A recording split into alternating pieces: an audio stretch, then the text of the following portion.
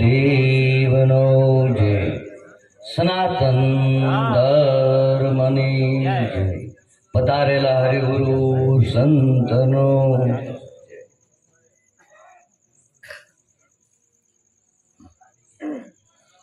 બોલો નિર્વાણ પુરુષ જય।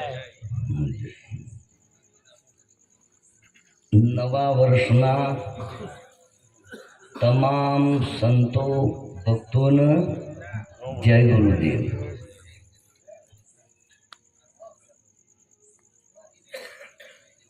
गावे बजावे लोक रिजावे, हर हर किया सो क्या हुआ। गावे बजावे लोक रिजावे, हर हर किया तो क्या हुआ। जिन अपने आप को खोजा नहीं, मन का मेल धोया नहीं, जीवते माँ बाप को धोखा दिया, मुँहे हाड गंगा ले गया, फिर हर हर किया सो क्या हुआ। जिन अपने आप को खोजा नहीं, આપણે હમી હોજના એક સમજવા માટે વાણી આપણે ગાગા કરીએ છીએ। સારા સારા રાગમાં, અલગ અલગ ભાષાઓમાં, સારા એવા તાલ સાથે બધી વાણીઓ હજારો ગઈએ છીએ। પણ જે આપણે ગઈએ છીએ, જે વાણી ગવાઈ રહી છે, ये લીટી એ શબ્દનો સાર ના સમજાય તો કે ગઈ ગઈને ભર્યો ગાડો આખલો જોડ્યો હજર, ભૂતનાથ ચરણે અખો કે રહ્યું હજરનું હજર। વાતની કોઈ તારો સમજણ પડશે નહીં કે મોર કમરમાં ચાર ચોકી ગુણપતિ આસન ધર્યા, સાધુ વિના ભજન કોણ તરિયા। હવે ભજન એટલે આ જે ગઈ રહ્યા છીએ એને ભજન ના કહેવાય, એને વાણી કહેવાય। આપણે વાણી કહીએ છીએ, પણ ભજન એને કહેવાય હોઠ મુંહ કંઠ कुछ हाले नहीं, कशु हल ना। ऐसा सुमिरन होय एनु नाम भजन कहेवाय। હવે આપણે ચિયું ભજન કરીએ છે કો, મોઢાવાળું, ઓઠવાળું કે કંઠવાળું। સંતોએ કીધું કે ભાઈ મુખ સે ભજે સો માનવી। આ બધા માનવી આપણે આ મોઢાથી બોલી રહ્યા છીએ, એક અવસ્થા છે। મુખ સે ભજે સો માનવી એટલે રામ રામ રામ, કૃષ્ણ કૃષ્ણ, જય ગુરુ મહારાજ, ગીતા, બાઇબલ, વેદ, પુરાણ, જે કોઈ XYZ આ મુખથી બોલાઈ એ બધા માનવી। મુખ સે ભજે સો માનવી, હૃદય ભજે સો દેવ। દેવતા સમાન લોકો છે, હૃદયથી અંતરથી ભજી રહ્યા છે દેવતાઓ, માનવી અને દેવતાઓ।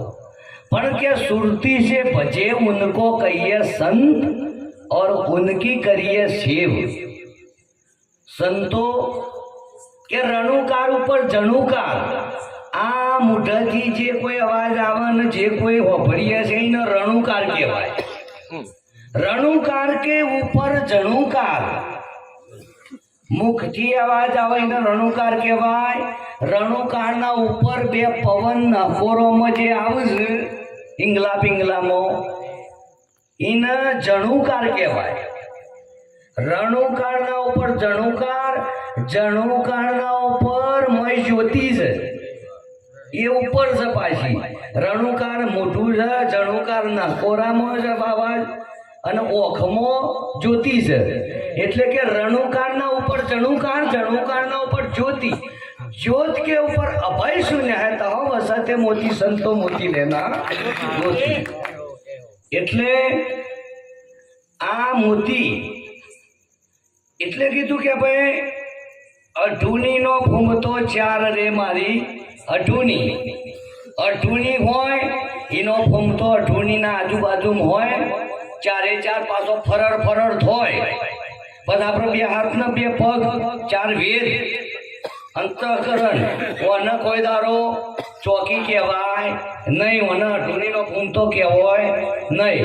તમારી ઓખમાં જો ટીલડી છે ગોર ગોર અને ચાર બાજુ ચાર પોપેણો ફરર થઈ રહી છે. એટલે કે અઢોની આખા જોવા બધા દુનિયામાં જ્યાં પાટણ જ્યાં સિદ્ધપુર જ્યાં જોધપુર જ્યાં પણ કે અઢોની તો ગઢરાની મોય. એટલે કીધું કે જીરે સંતો રણુકાર ઉપર જણુકાર, જણુકાર ઉપર જોત, જોત ઉપર ભયસું. અહીંની વાત સંતોએ કરી કે ભાઈ ડુંગર ઉપર ડુંગરી, જીરે સંતો ડુંગર ઉપર એક ડુંગરીમાં ડેરી, એ ડેરીમાં કે મારો વાલીડો બિરાજે, સંતો લેજો તમે જોણી. આ મસ્તક સહીને ગગન મંડળ કહેવાય ડુંગર છે. એમાં નેત્ર ઓખ એવું નેણ એવું ડુંગરી છે, મોય ડેરી છે. અને એ ડેરીમાં મોય નહીં કહેતા કે ભાઈ ઉપરવાળો જોઈ રહ્યો છે. ઉપરવાળો એટલે હોય છે ઉપર વાદરો ના જોવાનો, ઉપરવાળો જોઈ રહ્યો એટલે કે સોમા ચરુખે મારો સાહેબ બેઠો, ખરા ખોટાની ખબર કર. આ સાચું છે, આ ખોટું છે, આ દહની છે, આ પચાની છે, આ ખરું ખોટું કોણ ખબર કરે છે? ઉપરવાળો કે હોમા ચરુખે મારો સાહેબ બેઠો, ખરા ખોટાની ખબર કરે. ડુંગર ઉપર કે એક ઢોલ વાગે વિના દોડીએ રણકારો.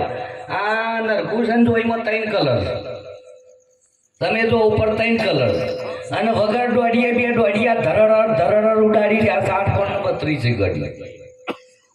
એટલે કે ભાઈ મૂર કમરમાં 4 ચોકી.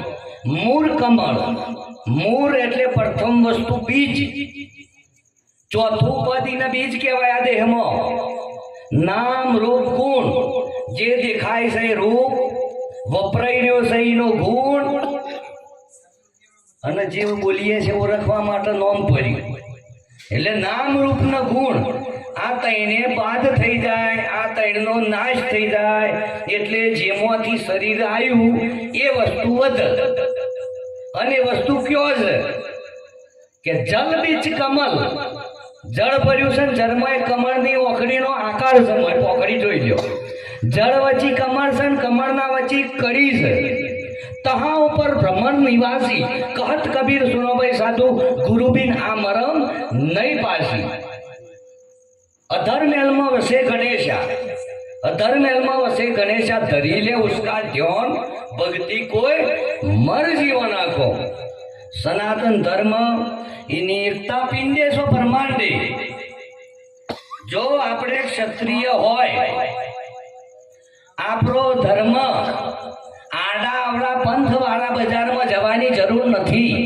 આપણો સનાતન ધર્મ એ આપણો પોતાનો સ્વધર્મ છે. સનાતન ધર્મ સત્ય એટલા માટે કહેવામાં આવેલો છે કે પિંડેશો બ્રહ્માંડે. આ તનમાં સનાતન સત્ય, આ તનમાં રહેલું ચેતન આત્મતત્વ એને સનાતન સત્ય કહેવાય. હવે આ કના અંદર નથી કો. એટલા માટે સર્વવ્યાપક, જેટલું પિંડમાં છે એટલું બ્રહ્માંડમાં છે, જેટલું આ દેહમાં છે એટલું બહાર છે, અને બહાર છે એટલું અંદર છે. એટલા માટે કે ભાઈ 68 તીરથ સનાતન ધર્મ સ્વીકાર કરે છે. કેમ? પૂજા પાઠ તીરથ મંદિર હોમ હવન કથા એ સનાતન ધર્મના આ બધા પાયાઓ છે. બરાબર? એટલા માટે 33 કરોડ દેવતાઓની ગણતરી આવે છે, એ સાચી છે. એટલા માટે સંતો ગયા કે ભાઈ 33 કરોડ દેવતાઓનો મેળો ભરાય કે 5 7 9 12 33 કરોડ. બીજામાં છે ના 4 ધોમની યાત્રા. આ દેહમાં 4 ધોમ છે, 68 તીરથ. ઓમાં 68 તીરથ છે કે જા સદગુરુ ચરણમાં 68 તીરથ. આપણને એક તીરથ એમાં જરા છે. 68 એટલે પિંડેશો બ્રહ્માંડે, જેટલું પિંડમાં છે એટલું બ્રહ્માંડમાં છે. સનાતન સર્વના તનમાં રહેલો ચેતન આત્મા સત્ય, એને સત્ય કહેવાય, એને સનાતન ધર્મ કહેવાય. એટલે ધર્મ છે એ મૂળ છે. એટલે મૂળ કમરમાં 4 ચોકી કે ગુણપતિ આસન ધર્યા, સાધુ વિના ભજન કોણ ધર્યા. એટલે આ કાયામાં કોઈ સુનતા હે ગુરુ જ્ઞાની ગગનમાં અવાજ हो रही ઝીણી ઝીણી. સંતો કીધે ભાઈ ગગનમાં અવાજ થઈ રહ્યો છે. મીરોભાઈએ કીધું કે ભાઈ વાગે છે મુરલી, એનો શબ્દ ગગન મંડળમાં ગાજે છે. હકીકતમાં ગાજી રહ્યું છે પણ આપણે વાપર્યું. આપણે આટલા વર્ષથી ભક્તિ કરીએ છીએ, ભજન કરીએ, કોઈ બીજી વાત નહીં, પણ એ સમજવા માટે કે આપણે જે કરીએ છીએ, જે રસ્તામાં હેડીએ છીએ એમાંનું આપણે કોઈ લગીરે કોઈ મેળવ્યું કે ખાલી રોંગ સાઈડમાં હેડીએ છીએ, આવું કોઈ નિશાન સંતો બોલ્યા એમાંનું આવે છે કે ખાલી ધરારાટ હેડ્યા જઈએ છે. એટલે નિશાન આપવું જુઓ. નિશાનાની નામ કા બ્રહ્મરંધ મેં વાસ. જો આકાશમાં સફેદ કલર છે, સનાતન ધર્મ શું કહેવાય? આકાશમાં સફેદ કલર છે. તમારી અંદર ઉપર પહેલો આકાશમાં સફેદ કલર છે, પહેલો. મધ્યમાં પૃથ્વીમાં લીલો કલર છે. જોઈ લો, બધે બધું લીલું દેખાય. તમારા સફેદના નેચે મધ્યમાં લીલો કલર છે. પાતાળમાં જુઓ એટલે કાળું દેખાય.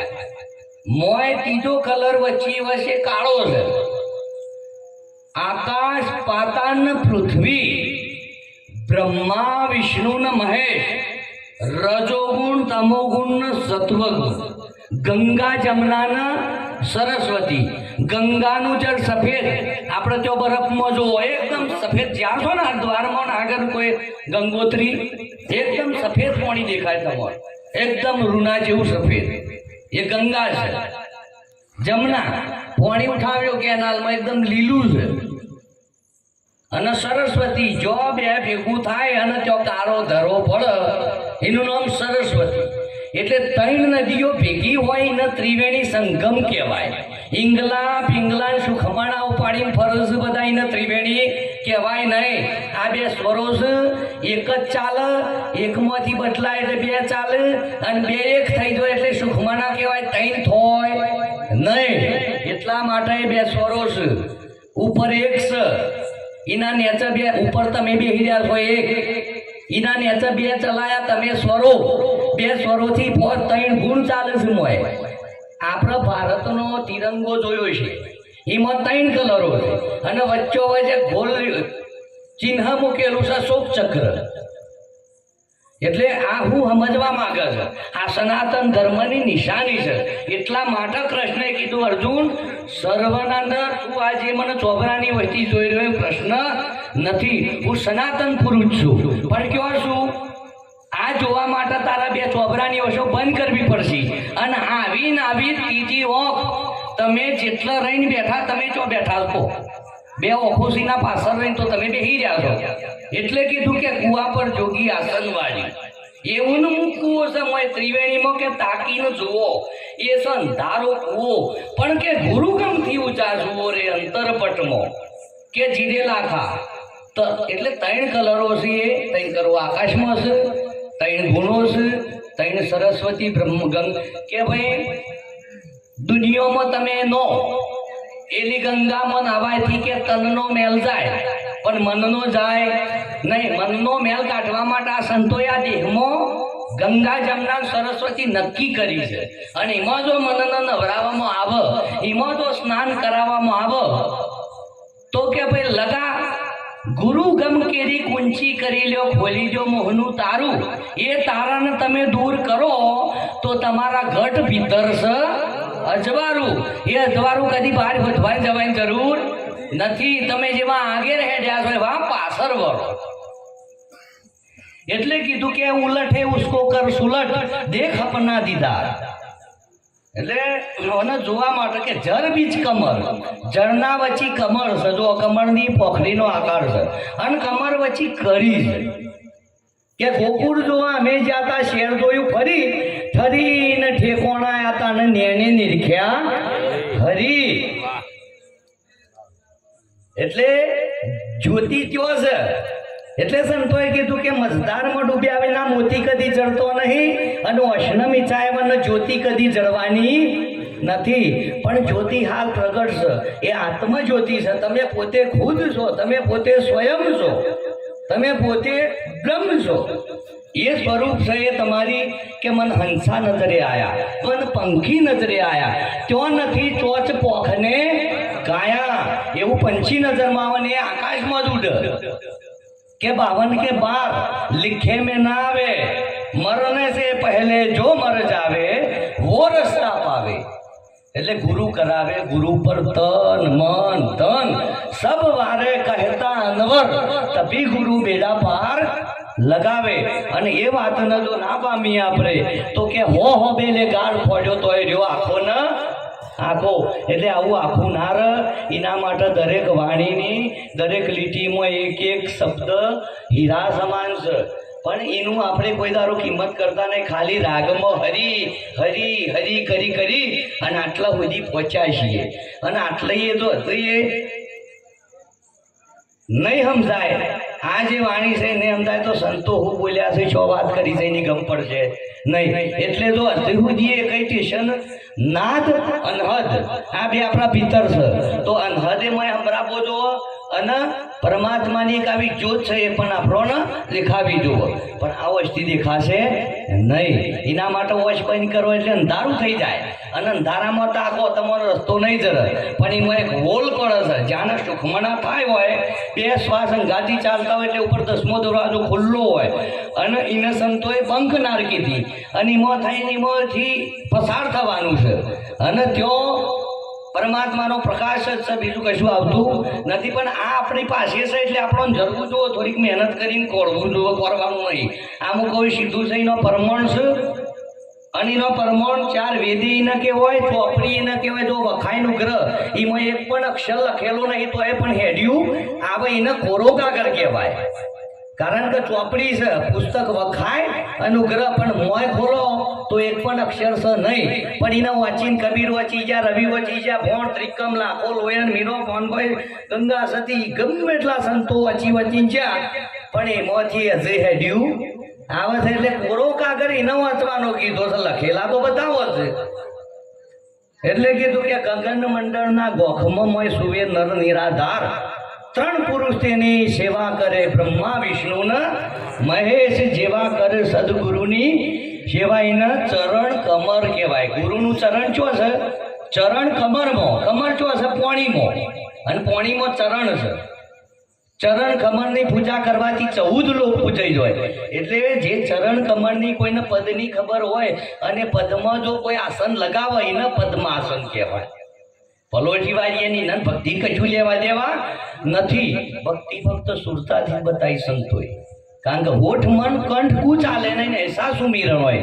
સમીરણ એવું સુરતાનું છે. અને ઘર સદગુરુ બતાવે અને જડ્યું હોય તો પછી મહેનત કરવા જેવી છે, જડશે. અને હૃદયમય વાગે છે, પ્રકાશે થઈ રહ્યો છે. પણ આપણે થોડુંક એનું કેન્દ્ર થોડુંક ભરવાની કોશિશ કરીએ તો સંભળાય, જોવાની કોશિશ કરીએ તો દેખાય. બરાબર? બોલો સદગુરુ દેવ કી જય, સનાતન ધર્મ કી જય.